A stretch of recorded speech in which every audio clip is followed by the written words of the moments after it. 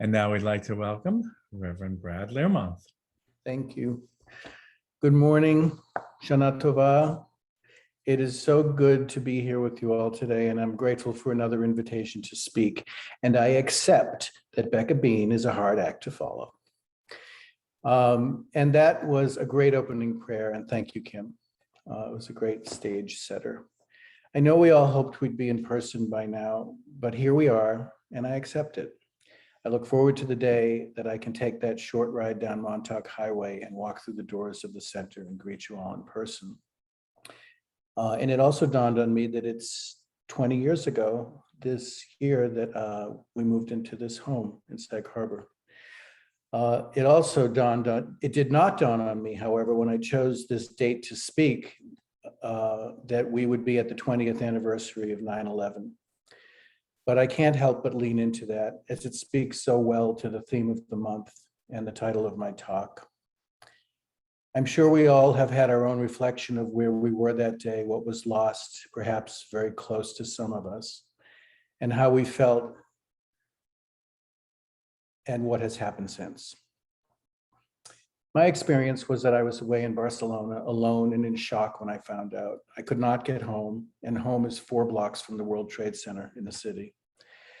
I felt separated, anxious, and alone.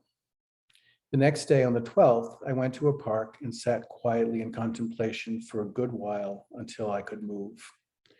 Then I made my way to the great Gaudi Cathedral, La Sagrada Familia, and I climbed one of the huge towers, only to find out when I got to the top that it was the Tower of Peace.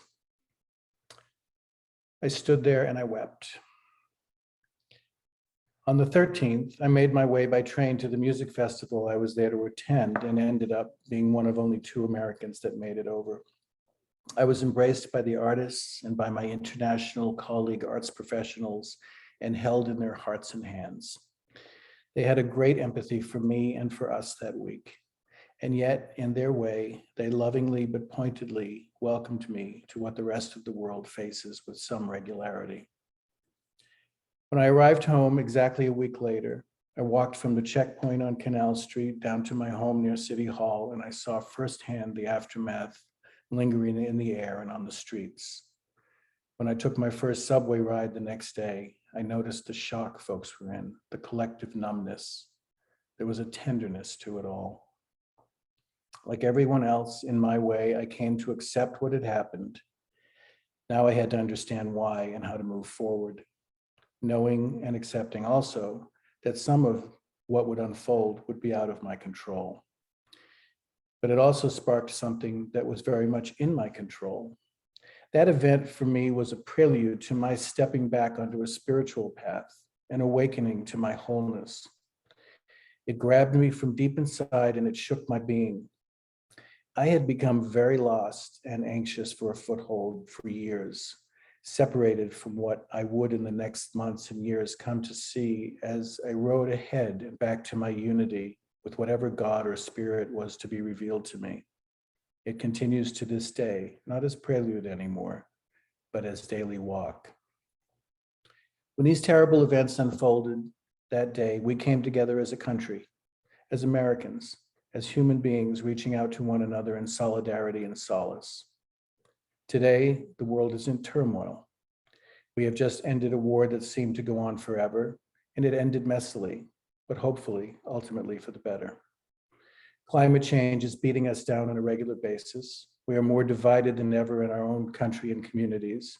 We're stressed about close to 2 years of pandemic, more years of political unrest, which seem only to be escalating. We are equally at war culturally, going to extremes in our polarizations, grappling with systemic inequities that are centuries old, and even in that, there is great polarizing thinking. We are anxious. We are anxious because we are out of our mind, capital M.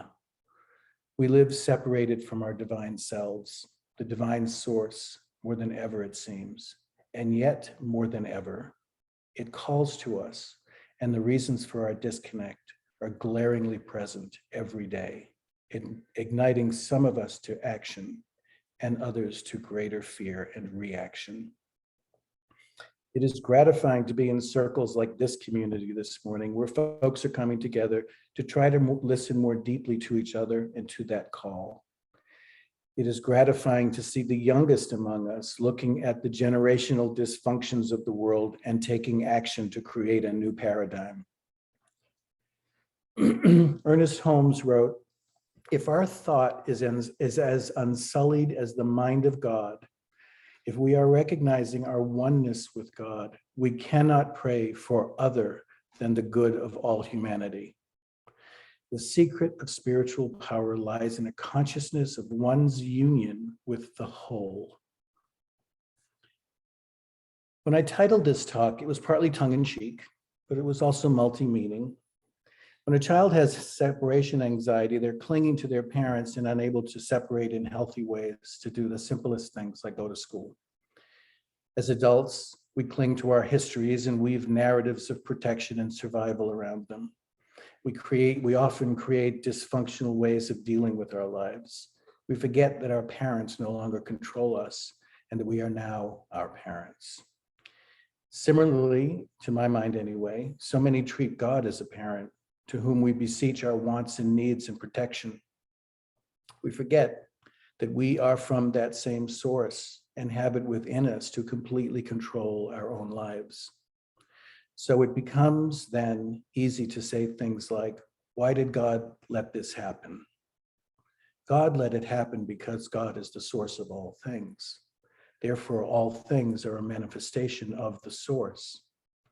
We have our own agency, but when we separate from source, from God, we begin to create things that can hurt us and others. Separation, anxiety, fear, pain, and suffering. If we are recognizing our oneness with God, we cannot pray for other than the good of all humanity. So what does this have to do with acceptance? We all know the answers to this. It is like the running theme of our humanity and spiritual focus of all traditions that seeks to align us with Source. How do we release ourselves from our desire to relive a past we get stuck in and head into a future based on projections? We forget that the moment we are existing in right now holds the infinite wisdom and information that allows us to step out of separation and into the unity of God with which we are one. We have created myriad ways to forget, to stay lost in desire and division, while the world seems to offer up a feast of ways to become so anxious we want to crawl under a rock. We know on some level that the way forward is to accept what is, learn from and not dwell in the past and let the future unfold. To accept what is first to recognize what is, then accept that it is there. Then embrace it, hold it gently, and calm ourselves with it. It is then that we can look deeply, listen deeply, and begin to understand what it is and how it came about. And then we can begin to have the insights that allow us to approach things with greater equanimity for ourselves and others, and the world at large, while staying in the present. As a small example, the relative act of writing this lesson has been an exercise in acceptance. About 2 lessons ago, when I was torturing myself about procrastinating, I suddenly decided to take some advice that had been offered to me for years. Just admit that this is your process, at least right now, and accept it. So I did. And then I sat back and I settled into myself. I listened and I looked deeply into my journey and I began to take baby steps. So 3 more lessons into it, I'm still 11th houring it, but it feels so different. Whenever I feel that anxiety sweep into my body, I take a breath and I let it move. I don't hold on. And as far as the outcome, I let go. What I have learned is that keeping up this process, I am less and less separated from my true and divine self and more connected to my creative self. And in time, more will be revealed and more will be realized. When I extend that process to my work in the world of healing, of co-creating an environment where everyone can feel like they truly belong, I let go of negative feelings and I release into intention, compassion, and the deep listening of myself and others. I still feel my feelings, but less and less do I let that get in the way of extending myself in response rather than reaction. Am I perfect in this? Hell no. But it's the intention of the work that keeps me going. One thing I especially embrace from New Thought teaching is the idea of the Christ consciousness that was demonstrated for us by Jesus of Nazareth and affirms that all beings are children of God. And as it was revealed through Jesus, affirms that it is also revealed through you and me. And one of the primary things that led me back to my spiritual path 20 years ago was the idea that I am one with God and therefore one with all that was created by and therefore connected to all that is the capital M mind of God. There is no separation from the cosmic wholeness that many call God other than the experience of belief in that separation. There is no separation from the cosmic wholeness that many call God other than the experience of belief in that separation. We are also in the midst of Rosh Hashanah and Yom Kippur. It's just a few days away. I honor that tradition by taking time to reflect, take stock, make amends, and look to a year of renewed focus and oneness. Andrew Harvey, who I've quoted before, shares his vision of the world crisis as a global dark night of the soul that is potentially the birth canal of a new embodied divine humanity. But we must activate our divine selves more intentionally than ever to save ourselves.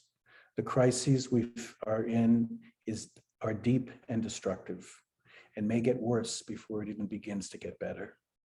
It stems from the fact that we treat the earth and one another as less than sacred, and the separation we feel about countless things in life because we have forgotten how to embody that sacred within us and thus see it and embody it in literally everyone and everything we share this earth with. There is no separation. There is no supremacy of any kind. There is only your beating heart as one, sharing the collective heart and emanating from the universal one heart. Once we can accept that, we can begin to become whole. Yesterday, I took a break from writing and I lay down in the sun. It was a beautiful day. It always seems to be on September 11th. I looked up as the sun was covered by some lovely clouds, and I saw in them two distinct angels. One small and white with wings spread wide, like a putti or a little baby angel, and one huge, having been etched from a large cloud. It stood majestic and dark, its wings poised behind it at the ready. It was as if it were surveying beneath it. Angels in America just came to mind. A great work. I accepted this as a sign to stay the course and stay connected to source. This angel was a challenge, a warning, a gift. The other day, I was flipping through some books that I have a large collection of, and I picked up my Tao Te Ching from years ago, and it just fell open to verse 16. And it's a perfect verse for the theme of the month and to close with today. Become totally empty. Quiet the restlessness of the mind. Only then will you witness everything unfolding from emptiness. See all things flourish and dance in endless variation, and once again merge back into perfect emptiness. Their true repose, their true nature, emerging, flourishing, dissolving back again. This is the eternal process of return. To know this process brings enlightenment. To miss this process brings disaster. Be still. Stillness reveals the secrets of eternity. Eternity embraces the all possible. The all possible leads to a vision of oneness. A vision of oneness brings about universal love. Universal love supports the great truth of nature, the great truth of nature. is Tao. Whoever knows this truth lives forever. The body may perish, deeds may be forgotten, but he who has Tao has all eternity. Thank you.